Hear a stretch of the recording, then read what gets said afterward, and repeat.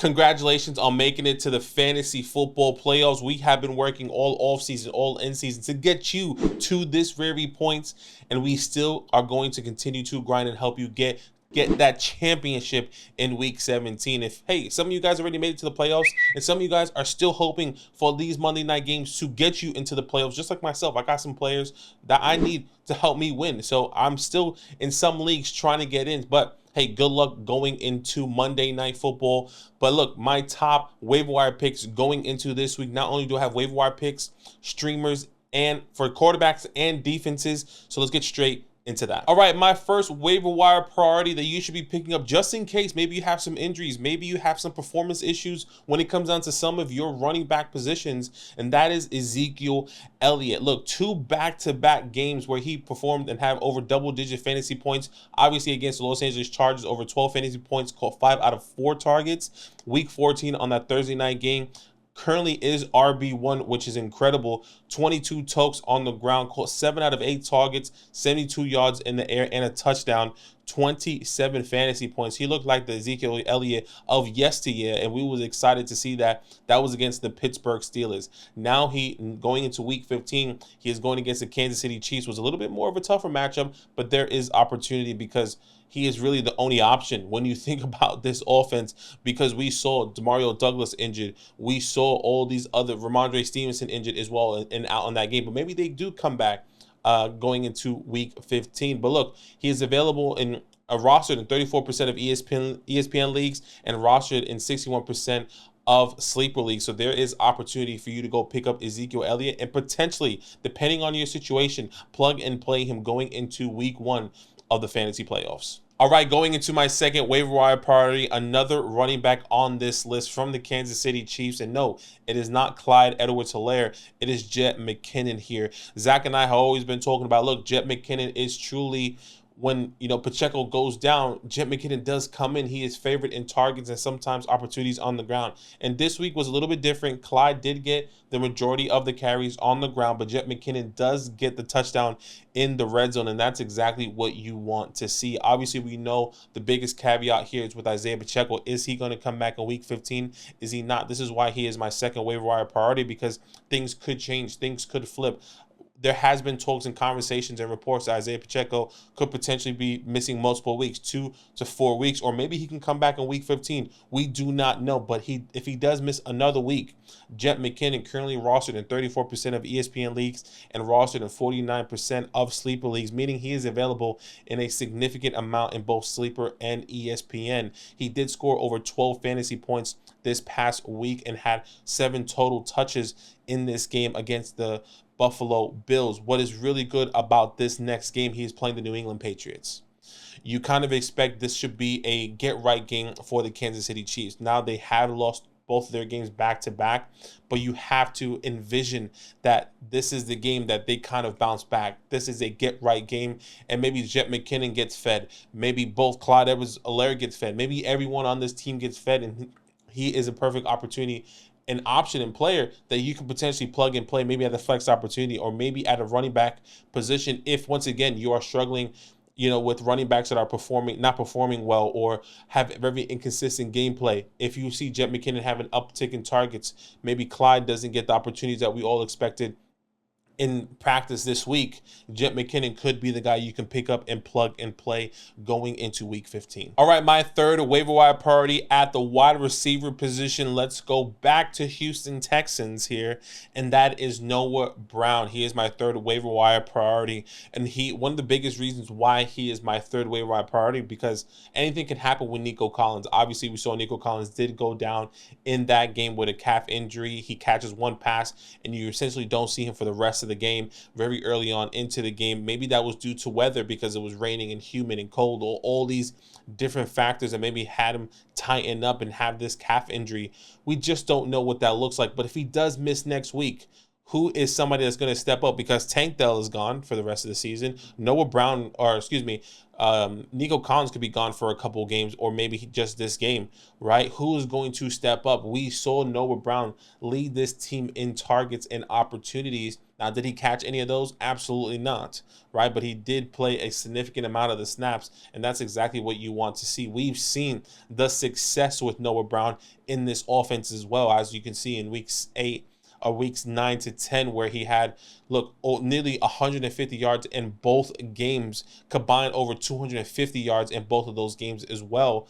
I mean, that's his, if you think about who CJ Stroud is going to be targeting, it should be Noah Brown, right? And that's exactly what you want to see. They do play the Tennessee Titans, a divisional game where the Titans do give up a decent amount of points to the wide receiver position as well. And he is rostered in a good amount of leagues, or available in a good amount of leagues. Currently rostered in 42% of ESPN leagues and rostered in 54% of sleeper leagues. So he is out there for you to pick up and potentially plug and play depending on your situation. My fourth waiver wire priority coming into this week, if you do need a tight end, somebody that you should be able to pick up and still available in most of your leagues and maybe struggling at the tight end position, that is Isaiah Likely. And he had a good performance here against Los Angeles Rams, caught 5 out of 7 targets, 83 yards and a touchdown, over 19 fantasy points. And look, he was third in targets behind Zay Flowers, and OBJ. He was the person getting opportunities in the middle of the field. Some of these opportunities were coming, once again, in the middle of the field where Lamar Jackson needed him to get these first downs, these big open plays, and then he does break out for a big play for a touchdown coming into this week. Next week, he's playing the Jacksonville Jaguars here. And hey, Trevor Lawrence did struggle this past week. Maybe he is going to struggle next week, but Isaiah Likely is somebody that is still going to be utilized, and that's exactly what's really excites me going into next week's playoffs, okay? So he is rostered in 39% of ESPN League and rostered in 58% of Sleeper League. So, hey, maybe you are up and down with these tight end positions. Pick up Isaiah Likely and see what he could potentially do going into next week. All right, and my last waiver wire priority before I get into my quarterback streamers and my defensive streamers, Chase Brown, downtown, baby. One of my favorite running backs coming into this year's class. And look, he coming out of Illinois, and he had his breakout game, essentially. 11 total opportunities. Didn't have a lot, but made most of it. 8 tokes on the ground, 25 yards, caught 3 out of 3 targets for 80 yards, and took that screen for a touchdown. Over 19 fantasy points against the Indianapolis Colts this week. And look, now he's playing the Minnesota Vikings in week 15. He is not somebody I'm saying you should plug and play. But what I do like to see is, if you are a Joe Mixon owner, or if anything happens throughout the fantasy playoffs, Chase Brown is available in a good amount of leagues. And one of those guys does go down, whether it's an Austin Eckler, Saquon Barkley, a Travis Etienne, a Christian McCaffrey, whoever it is, Chase Brown is maybe somebody you can pick up. And hopefully, right, like if Joe Mixon does go down, and you have Joe Mixon, Chase Brown is going to step into those opportunities, not only in the air, but in the ground. And maybe he is somebody you can plug and play if those scenarios does happen, right? He's only rostered in 1% of ESPN leagues, meaning he's essentially available in almost every ESPN league out there, and he is rostered in 13% of sleeper leagues. So if you do need another running back, just a handcuff, just in case Joe Moneybags goes down, Chase Brown downtown is somebody you should be picking up as soon as possible. All right, bringing you my quarterback streamers of week 15. If you are struggling at the quarterback position or don't love the inconsistencies that some of your quarterbacks have been producing,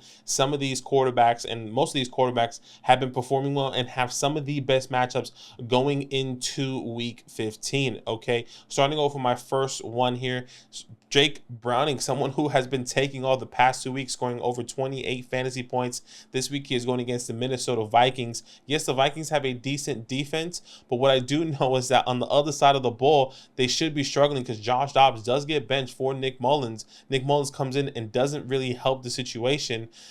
Look, anything can happen, but I think Jake Browning has been the guy. They clearly want him to throw the ball and explore that, especially with Chase Brown, T. Higgins, dumping the ball off there to Chase Brown or Joe Mixon. So I will be picking up and streaming Jake Browning depending on your quarterback situation. My second streamer of this week, both going in the same matchup, and then we can talk about them at the same time. Matthew Stafford and Sam Howell. Obviously, Matthew Stafford versus the Commanders, who currently give up the most points to the quarterback position, and Sam Howell versus the Rams, who currently give up the 5th most points to the quarterback position. Matthew Stafford, a very good 3 games so far against Arizona, 32 points, 28 points against Cleveland, a good defense, by the way, and the Baltimore Ravens, 29 points, which is another good defense who currently give up the 10th least amount of points to the quarterback position. Matthew Stafford should be in for a good game because the Washington Commanders does give up the most points to the quarterback position. And once again, Sam Howell on the other side of the ball has been dueling. Currently, QB4 has been putting up a good average of about 22 to 24 fantasy points per game. And that's exactly what you want to do. You want a safe floor coming into this week, and you have to expect a must-win game, you know, for both of these teams if they want to compete in any way, shape, or form. So Sam Howell and Matthew Stafford are my next guys. And then Russell Wilson against the loss, or not the loss, but the loss of the Lions. Yeah, right. They did lose to the Bears. Russell Wilson at the Lions here. They currently give up the third most points to the quarterback position. And once again, another quarterback who has been averaging a good, decent amount of fantasy points has a safe floor. Currently QB 14 here coming into this week. And that's exactly what you want to see. Safe floor, great opportunity, and maybe even a higher upside going against the Lions, who do give up a lot of points to the quarterback position. And going to my defensive streamers of the week here, I have 4 for you, starting off with Chiefs at the Patriots. Chiefs should be available in some of your leagues, especially with a little bit ups and downs and inconsistency. They had 2 rough games back to back, but this is a perfect bounce back game against New England Patriots. We know Bailey Zappi is going to make mistakes. We know that offensive line is not the best, and we know that their weapons is non-existent. So the Chiefs, who currently give the third, Patriots, who currently give the third most points to opposing defenses, is exactly what you want to see. The Atlanta Falcons at the Carolina Panthers. Bryce Young and the Carolina Panthers cannot move the ball, unfortunately. No one's getting separation. Bryce Young can't stay in the pocket because the offensive line is absolutely terrible. So he's going to get sacked. He's going to throw interceptions. Those players are going to get off the fields. They're going to block field goals. Like, they're going to block kickoffs, punt returns, everything. Like, that's how big it is and how bad it is over there in Carolina.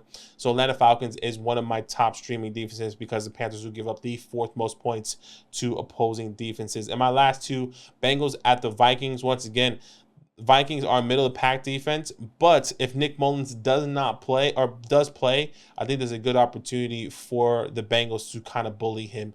And the Raiders at the Chargers. Now, the Chargers currently give up the 5th fewest points to the quarterback position, but Justin Herbert, with this, I think, fractured finger, if I'm not mistaken, he does have, I'm not sure if he's going to play.